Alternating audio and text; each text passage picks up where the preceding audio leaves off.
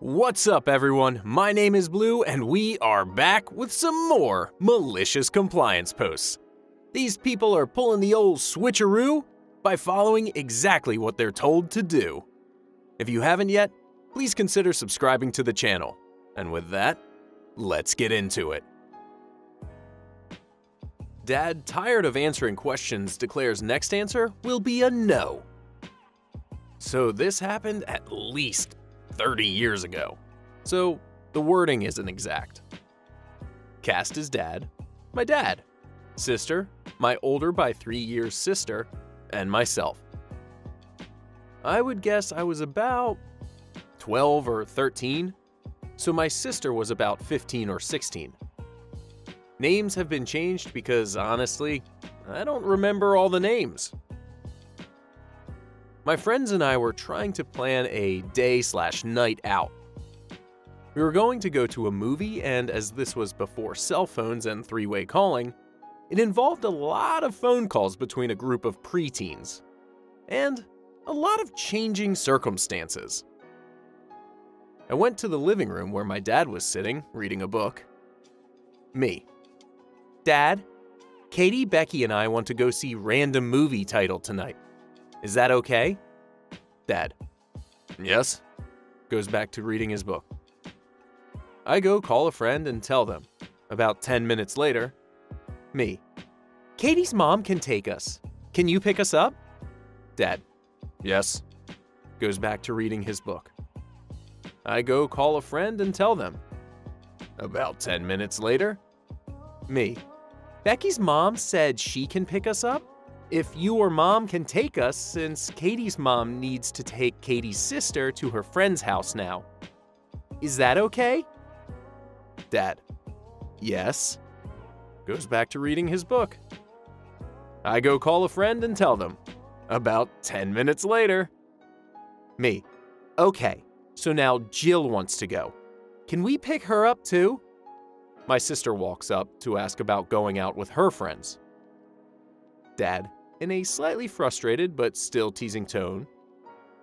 Yes, but the next question someone asks me, the answer is no. I am tired of saying yes. Sister. Thinks for a minute. Dad, would you mind if I go over to Susie's house? Big grin. Dad.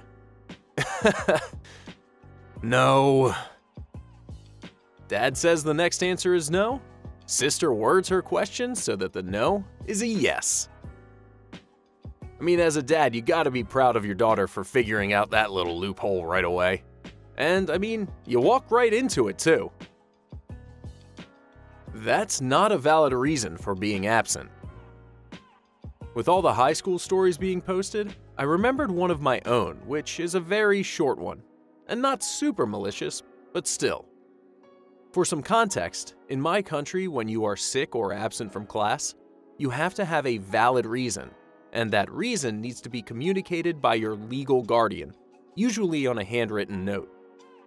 When you turn 18, you are an adult and responsible for yourself, so you can write these notes yourself.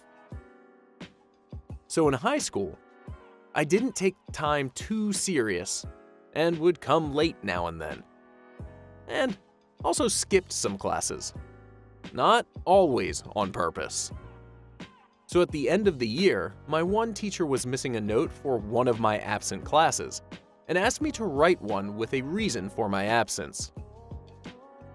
I couldn't think of any good reason then and there, so I just wrote, Clandrin didn't come to class on day X because he didn't want to.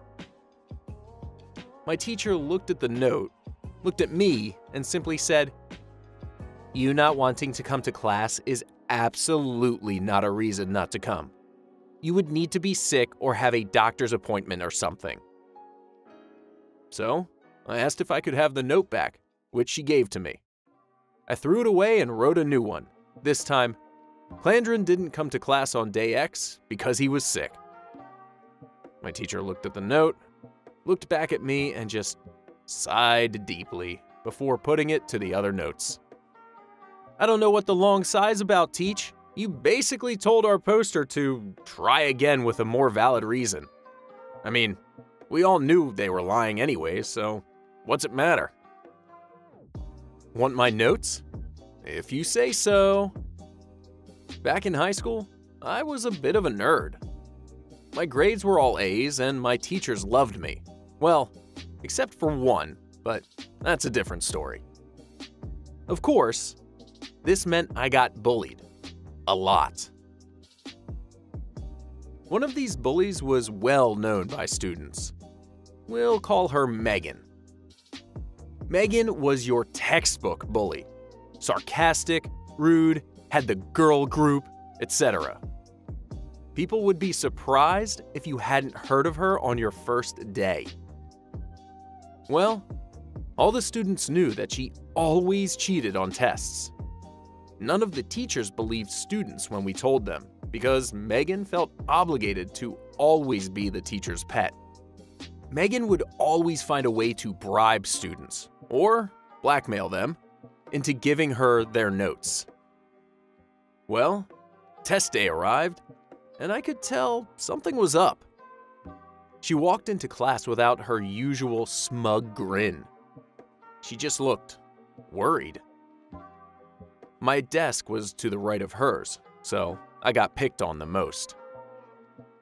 We sat down, and while waiting for the teacher, she leaned over to me and said, "I forgot my notes. Could I use yours?" This was a shock to me because she had never asked for my notes before. Cue the malicious compliance. See, I wrote my notes in code so that no one would be able to steal them. I shrugged at her and said, "I don't see why not." I then tore out a page of my notes and handed it to her. She folded the paper up and put it in her backpack. About 10 minutes later, the teacher walked in and the test began. I watched from my seat gleefully as she carefully unfolded the piece of paper. Her face went pale, and she said, a little too loudly, "What is this?" This caught the teacher's attention, and the teacher asked Megan what was wrong.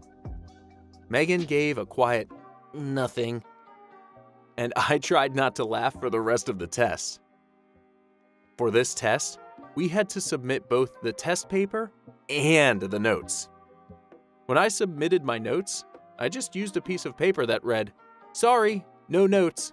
Megan had to borrow them. The next day in class, Megan's desk was empty, and it remained that way for the rest of the year. I had a similar experience in a typing class I took. The guy sitting next to me didn't want to do any of the work, so he would just spend all day on like the early 2000s internet, so not doing much. Meanwhile, I would type out the whole project. Then he would just steal my file and we'd both turn it in because it was like a read and type exactly what you read kind of course. I had accidentally put a 9 in the middle of a word because I got big meat hands. And when our teacher saw the exact same error, woo! I mean, we were both in hot water, but he stopped cheating off of me. And that's all the time we have for these malicious compliance stories. If you liked any of the stories, make sure to click that like button. And if you could relate to them, make sure to let us know in the comment section down below.